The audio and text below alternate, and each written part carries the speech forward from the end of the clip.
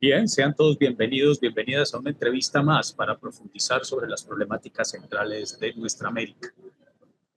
Colombia, a pesar de tener un gobierno progresista, sigue teniendo uno de sus problemas centrales en la tierra, la tenencia y también en el territorio. Son dos categorías diferentes. Seguimos con esa problemática, pero a pesar de ello se ha avanzado en algunas soluciones. Una de esas es la propuesta que ya está en curso de los territorios agroalimentarios, las TECAM. La idea es preguntarnos qué es, de qué se trata y cómo podemos apoyar e impulsar estas iniciativas que vinculan la planeación del territorio. Lo mismo con la propuesta de la formación del pensamiento crítico del sistema educativo. Y para eso hemos invitado hoy, agradecemos que nos haya aceptado la invitación, el senador Robert Daza, líder campesino, una lucha permanente por el reconocimiento del campesinado y el reconocimiento de los territorios y las apuestas en el territorio. Gracias, Robert, por aceptar la invitación. Bueno, muchísimas gracias. Un abrazo campesino para todos y todas. Es un gusto estar con Cabilando aquí en esta entrevista. Bueno, comentarles Robert, que sí, sí, dale. Sí, para iniciar, Robert, qué pena te interrumpo, y es, ¿cuál es la situación hoy, a pesar de, como le decía ahora, de un gobierno progresista, la situación hoy del campo? ¿Qué se ha avanzado y cuáles son los retos que quedan? bueno, los territorios campesinos agroalimentarios, ¿no? El concepto de territorio campesino empieza a tomar fuerza a partir de la década del 90, cuando este modelo neoliberal empieza a exacerbar, ¿no?, sus intereses de explotación de los minerales, de hacer las represas, las microcentrales, las grandes centrales para la producción de energía eléctrica, la explotación de hidrocarburos, e incluso también la utilización del territorio campesino para el turismo y también para la producción de los agronegocios, es decir, las miles y miles de extensiones de hectáreas sembradas de un solo cultivo. Todo esto se hace donde nuestros campesinos han hecho su vida, han hecho su historia. Es decir, el territorio que construyeron nuestros ancestros, bisabuelos, abuelos, padres, nosotros y nuestros hijos seguirán construyendo. Ese territorio empieza a entrar en riesgo porque a través de la violencia, grupos paramilitares, bueno, también la intervención directa del Estado, las leyes del despojo, como las catalogamos en su momento, empiezan a sacarnos del territorio. ¿Para qué? Para sembrar de proyectos de megaminería, por ejemplo. El 73% del territorio de nuestra cordillera andina está concesionado para hacer minería de minerales, es decir, extracción de oro, plata, otros minerales, que son no unas propuestas de empresas campesinas, sino de grandes transnacionales, por ejemplo, como la Anglo la Chanti, como Camino Real, como la Gran Colombia Explorer, etcétera, etcétera. Entonces, la lucha que traíamos como campesinos y campesinas por el derecho a la tierra se amplía, porque ya no importa que nosotros tengamos nuestra finca para producir, si nos iban a contaminar el agua, si llegaban a contaminar los territorios a través de la ruptura de los tejidos sociales, a llevarnos prostitución, a llevarnos violencia a los territorios. Por eso empezamos con el Coordinador Nacional Agrario, la Vía Campesina, a consolidar el concepto de territorio y el territorio campesino en concreto. El territorio es una construcción cultural, es decir, que la han hecho las comunidades, la han hecho los pueblos.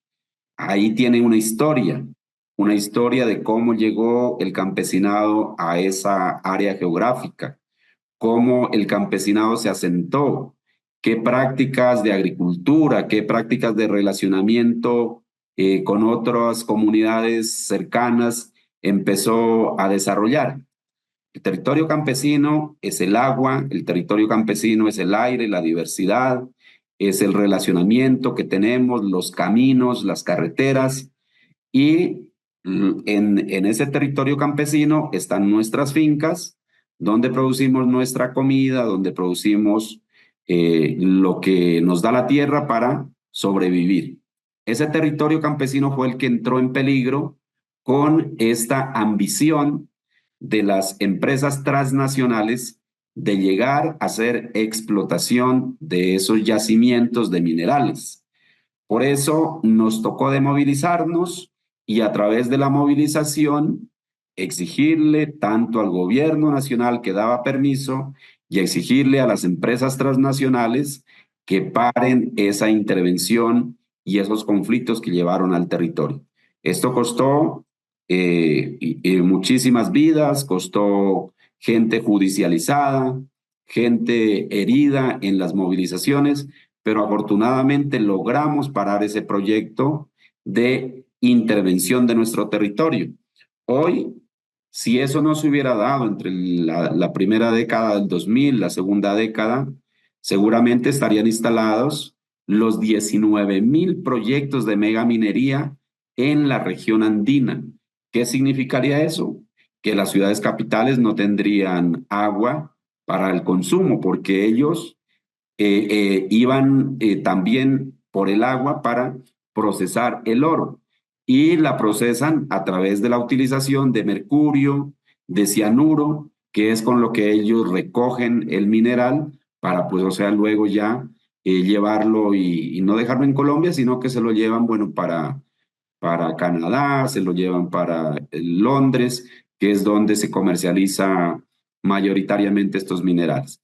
Entonces, el territorio campesino es una construcción cultural, es una construcción que digamos, ya producto del desarrollo histórico de estos territorios. Y nosotros empezamos a mirar que los indígenas, los pueblos indígenas y los pueblos afros tenían derecho a la consulta previa, libre e informada, y nosotros como campesinos no teníamos derecho. Pues, o sea, nos tocó de empezar a pensarnos como Coordinador Nacional Agrario a partir de la asamblea que se hizo en el 2013, la, la fundación o la constitución de los territorios campesinos agroalimentarios. Esto viene también recogiendo los derechos de los campesinos y campesinas que fueron pensados y propuestos por la Vía Campesina, que es la organización mundial que recoge a los territorios, que recoge a los campesinos del mundo. Y empezamos nosotros ya a trabajar la idea de volver realidad la conformación de los territorios campesinos. Empezamos a estudiar la historia, empezamos a estudiar la forma como se relacionaron nuestros abuelos y se arrancó en el departamento de Nariño proclamando en el 2016 el primer territorio campesino agroalimentario de Colombia, que fueron 14 municipios del norte de Nariño y 3 municipios del sur del Cauca, que habían tenido un antecedente de lucha contra la grande minería y que deciden constituir su junta de gobierno campesino, darle vida al plan de vida, agua y dignidad campesina, que es un plan de desarrollo estratégico para 20 años, se lo pensó en ese momento, y constituir nuestra guardia campesina, es decir, nuestra autoridad campesina. Esto lo complementamos con el proyecto de ley que presentó el entonces senador campesino Jesús Alberto Castilla, que fue el senador campesino que propuso el Coordinador Nacional Agrario y que con él empezamos esta agenda de trabajo campesino. En concreto, el territorio campesino agroalimentario es una porción geográfica, un área geográfica donde la gente campesina de manera voluntaria se reúne en asambleas campesinas y decide solicitarle ahora a la Agencia Nacional de Tierras que los reconozcan como territorios campesinos agroalimentarios, cuya función principal es cuidar el agua, producir alimentos sanos, alimentos diversos de nuestras fincas campesinas, cuidar la diversidad biológica y desarrollar los planes de vida campesina que le darán bienestar pues a las familias que los habiten. Necesitamos tener una buena infraestructura, necesitamos tener una buena educación, una buena salud, y todo eso está en el plan de vida campesina que será gestionado por la Junta Campesina que administra o que es la autoridad en ese territorio campesino agroalimentario. Perfecto, estamos hablando de todo un andamiaje de planeación autónomo, ese plan de vida campesino. Es clave también profundizar sobre ello. Al principio hablabas de los obstáculos del extractivismo, no se logró detener toda esa andanada que pretendía quedarse con los territorios para el gran capital. Hoy podemos pensar en un momento complejo para la comprensión. Se está hablando de transición energética. ¿Qué tan viable es esta propuesta como salida o si esto está afectando también a los territorios campesinos? La transición energética, entendemos que hay zonas que se están entregando a multinacionales también, pero con el discurso de la transición energética, ese podría ser otro riesgo sumado a los que ya dijiste.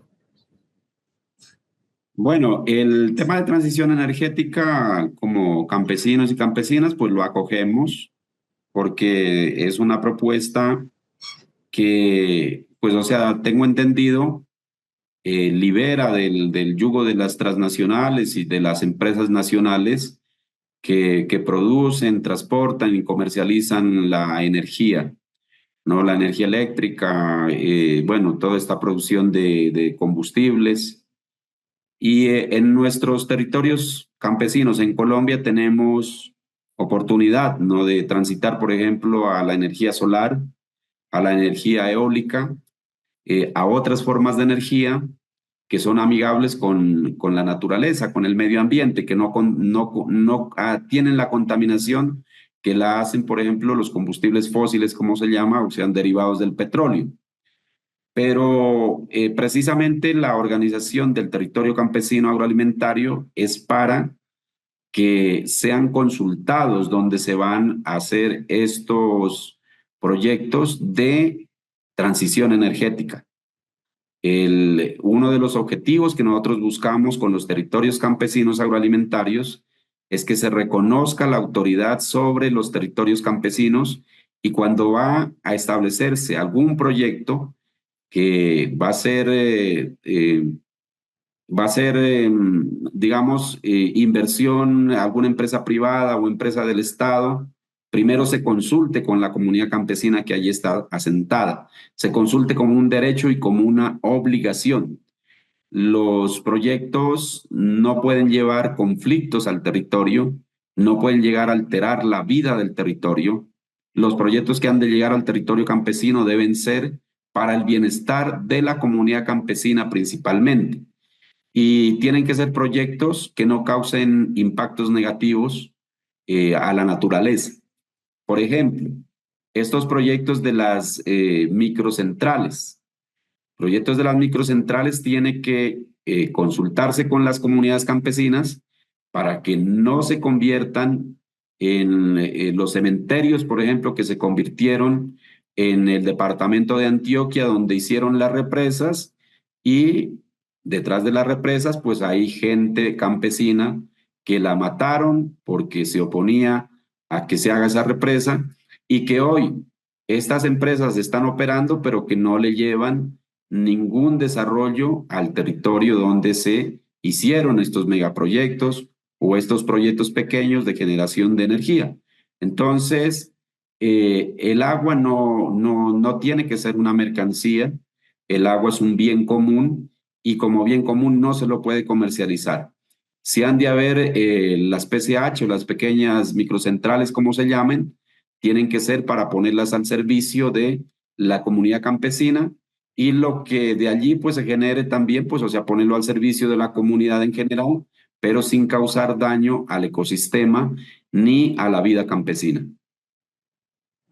Bien, sí, estamos hablando entonces de una propuesta que tiene dos caras. Una, si está centrada y bajo el respeto de las comunidades, la autonomía de las comunidades, y otra, que sería la que se entrega al gran capital. En el caso pues, de los problemas que han existido con Enel, Canacol, con las extensiones grandes de producción de energía solar. Pero la idea sería más enfocada hacia las comunidades energéticas, estoy entendiendo, en función del respeto del medio ambiente y de los planes de vida de las comunidades. Hay otro tema que está conectado y es el tema de la seguridad y soberanía alimentaria, que son dos asuntos diferentes. Colombia estuvo punteando el gobierno anterior como los países con más riesgo a ser una hambruna. Si bien ha bajado, el riesgo sigue ahí. ¿Cómo aportarían las TECAM a este grave problema del hambre?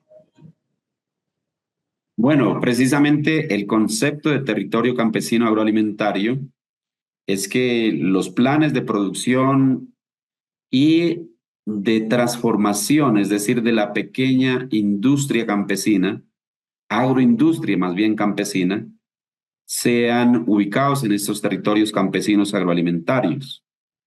Recordemos que el 7 de marzo, cuando el presidente Petro estuvo en el municipio de San Pablo Nariño, anunciando los territorios campesinos agroalimentarios, él recomendó que la fuerza de esa organización en territorios campesinos agroalimentarios está en la transformación o la agroindustria y está en la organización campesina. Es decir, en un territorio campesino agroalimentario, si su producto mayoritario es el café, la agroindustria del café debe ser la que le dé ese valor agregado adicional al campesino, que ese café no sea únicamente para el lucro de los que lo transforman y de los que lo comercializan, sino sea esa ganancia para mejorar la vida campesina, para que el campesinado no pierda en su actividad de agricultura como ha ocurrido siempre. Igualmente, bueno, con otros productos, ¿no? Es decir, en el territorio campesino agroalimentario, dentro del plan de vida está establecido que se deben generar unos programas de producción que sea un tipo de producción, ojalá de agroecología, con unas técnicas amigables con la naturaleza, con el medio ambiente, que cuide el suelo, que cuide la naturaleza, que cuide la diversidad biológica, que los productos que salgan del territorio campesino agroalimentario no salgan envenenados, ni sean de semillas transgénicas, ni sean productos que le causen daño a la salud de los consumidores. Este proyecto de territorios campesinos agroalimentarios tiene la posibilidad de tener en sus manos toda la producción agroalimentaria del país, alimentar a nuestras familias con la seguridad de que los productos que vienen de allá vienen de familias campesinas y que, bueno, ojalá logremos avanzar con la ayuda del Estado en la agroindustrialización y que los productos que vienen ya transformados son productos de alimentación real, no son productos agroindustrializados, ultraprocesados, que a veces la propaganda engañosa por la televisión dice, tome panelada, que este es un producto natural y son productos químicos que reemplazan los sabores del, por ejemplo, en este caso de la panela, pero que no tienen nada que ver con las propiedades alimenticias de nuestro producto cultural y bueno, que es un producto que lo reconocemos de manera ancestral, ha servido para la crianza de los hijos, las hijas y darle fuerza a todos los campesinos para trabajar. Incluso, ¿no? Los deportistas, por ejemplo, como los ciclistas, hicieron famosa la panela a nivel mundial por la fuerza que les daba para trepar esas montañas de Europa. ¿Cuántos territorios hoy existen y cuántos están proyectados crearse territorios agroalimentarios? Bueno, hoy tenemos un censo de 105 territorios campesinos agroalimentarios que ya están en proceso de construcción, es decir, las comunidades campesinas ya han empezado a hacer un trabajo de reunirse, de tomar la decisión, nos queremos constituir en territorio campesino agroalimentario y hacer los trámites hoy que ya hay un amparo judicial jurídico que es el decreto 0780 de este año 2024, donde ya la Agencia Nacional de Tierra debe darles el reconocimiento formal de ser territorio campesino agroalimentario. La meta para este año son por lo menos la formalización de 20 territorios campesinos agroalimentarios. Y bueno, estos territorios campesinos agroalimentarios ya adquieren el derecho de interlocutar directamente con todo el Sistema Nacional de Reforma Agraria, que no es únicamente la Agencia Nacional de Tierra, sino el Ministerio, la Agencia de Desarrollo Rural, Ministerio de Medio Ambiente, Ministerio del Interior, seguramente entrará el Ministerio de la Igualdad también allí, y precisamente en sus proyectos que tengan en el plan de vida, agua y dignidad campesina, estarán los proyectos, por ejemplo, de la comida, bueno, otros proyectos que son los que van a ponerse en diálogo con el gobierno nacional y el gobierno nacional directamente entre los liderazgos campesinos del territorio campesino tienen que negociar, es decir, se elimina una intermediación que son los políticos, que son los senadores, representantes, funcionarios del Estado, que siempre le dicen al campesino, venga, yo le tramito su proyecto, pero que de por medio le van cobrando con votos y le van cobrando con plata. Entonces, este territorio campesino agroalimentario es un proyecto que fortalece el poder popular, como dice el presidente Gustavo Petro, es decir, la autoridad y la interlocución directa entre comunidad y gobierno. Perfecto. Este sistema implica, por lo que estoy entendiendo, un sistema de formación diferente. Y creo que ahí se empata muy bien una propuesta que ustedes han hecho de avanzar hacia una propuesta de formación basada en el pensamiento crítico latinoamericano, porque eso es lo que estamos escuchando. Requiere todo un sistema diferente que también está anclado en la solamente vida campesina. ¿En qué consiste ese proyecto? ¿Formación basada en qué, perdón?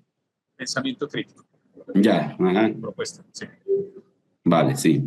Bueno, ahorita tenemos ya en agenda, en la plenaria del Senado, el proyecto que reconoce y exalta el pensamiento crítico y humanista como aporte para la construcción de paz en Colombia.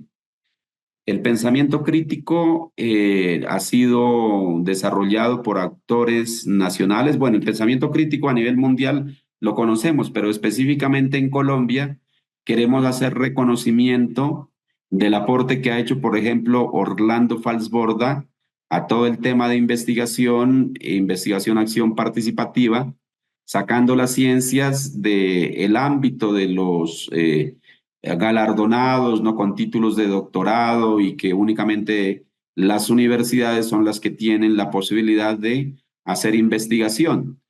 De la misma manera, el padre Camilo Torres Restrepo, que en su época, él ayudó, por ejemplo, en la conformación de las juntas de acción comunal. Él es el inspirador de las juntas de acción comunal. De igual manera, también fundador de la Facultad de Sociología de la Universidad Nacional y del Movimiento Latinoamericano de Sociología, una disciplina social que le aporta al análisis de las dinámicas de la sociedad y que problematiza, ¿no? Todas estas situaciones que se presentan con las comunidades y que luego, pues, o sea, se las traduce ya en propuestas de desarrollo y de solución desde las mismas comunidades, ¿no? Tenemos aquí también el aporte que hizo Alfredo Molano con la mochila campesina, pedagogas importantes como María Tila, como Lola Sendales, Bueno, y otros tantos pensadores y pensadoras colombianas que le han aportado a la construcción de conocimiento propio desde el contexto cultural y desde el contexto social de nuestro país. Es una crítica al atraer pensamientos y autores desde Europa, desde Estados Unidos, y venir acá como una camisa de fuerza a colocarlos como ejemplo y para que sean seguidos a ojos cerrados, de manera ortodoxa y exegética como ellos piensan, pero que son pensamientos que se los construyó en unos contextos diferentes al nuestro, ¿no?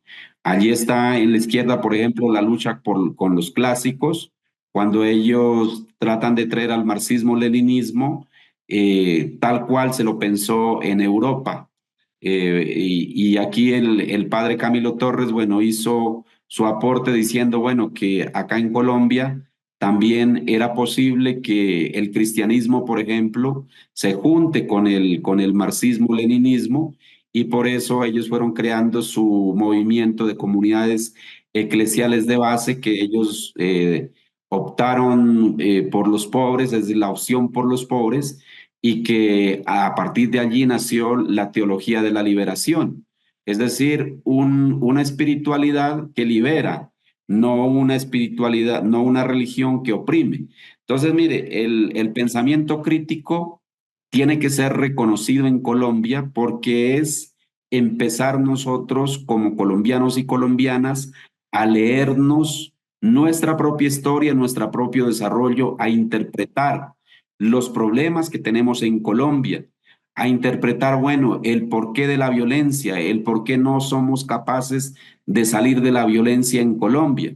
Pues o sea, porque nosotros no estamos leyendo con bases conceptuales propias el territorio, no estamos leyendo con bases conceptuales propias la historia y seguimos nosotros siguiendo corrientes europeas, corrientes gringas de pensamiento en vez de construir nuestras propias corrientes de pensamiento. La exaltación del pensamiento crítico propone que se difunda la obra de estos pensadores y pensadoras, que se apoye desde las bibliotecas públicas, se apoye desde la Facultad de Sociología de la Universidad Nacional, que se la catalogaría como la cuna del pensamiento crítico, y esto pueda aportar a que encontremos una pedagogía para la paz que tanto la necesitamos. Bueno, precisamente genial, porque es superar la colonización epistémica, construir saber desde lo que tenemos. El diálogo de saberes que es muy necesario.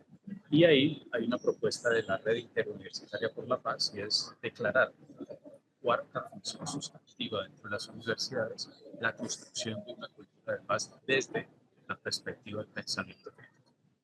Siempre atacamos son lo que se ve, pero no la razón por la cual el conflicto se instala en el tiempo. Bien, Robert.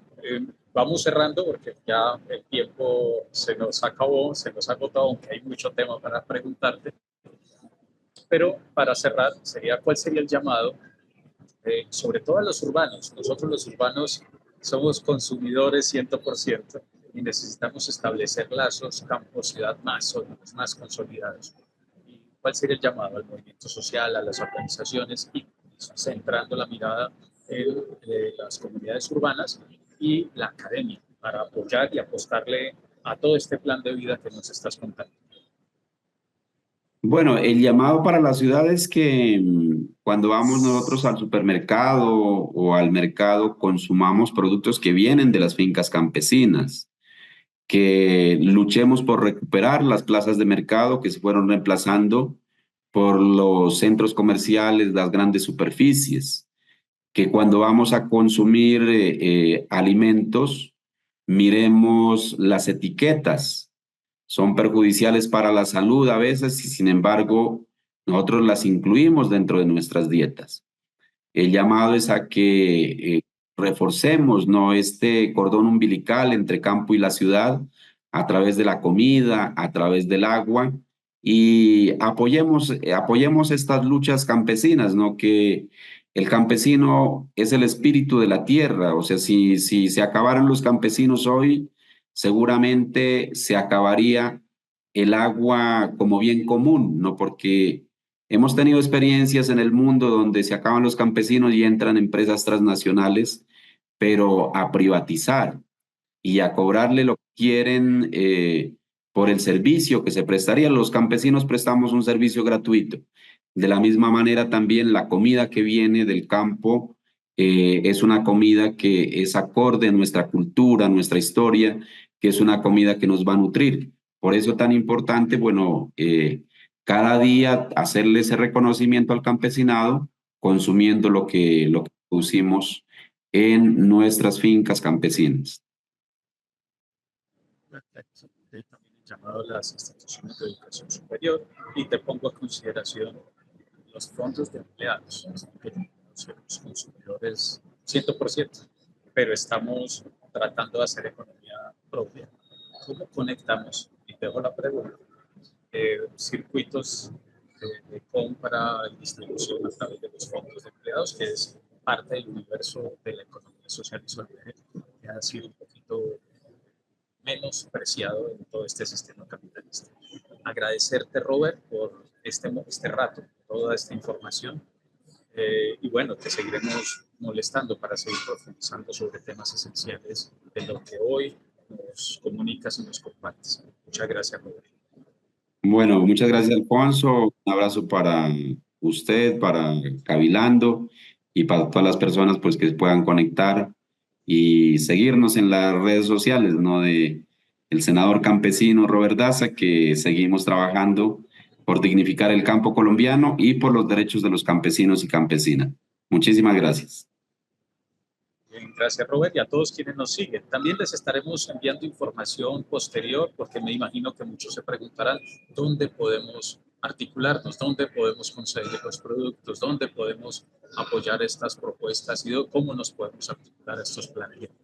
Muchas gracias y nos seguiremos encontrando en una próxima entrevista para seguir profundizando sobre los problemas centrales de nuestra América. Muchas gracias.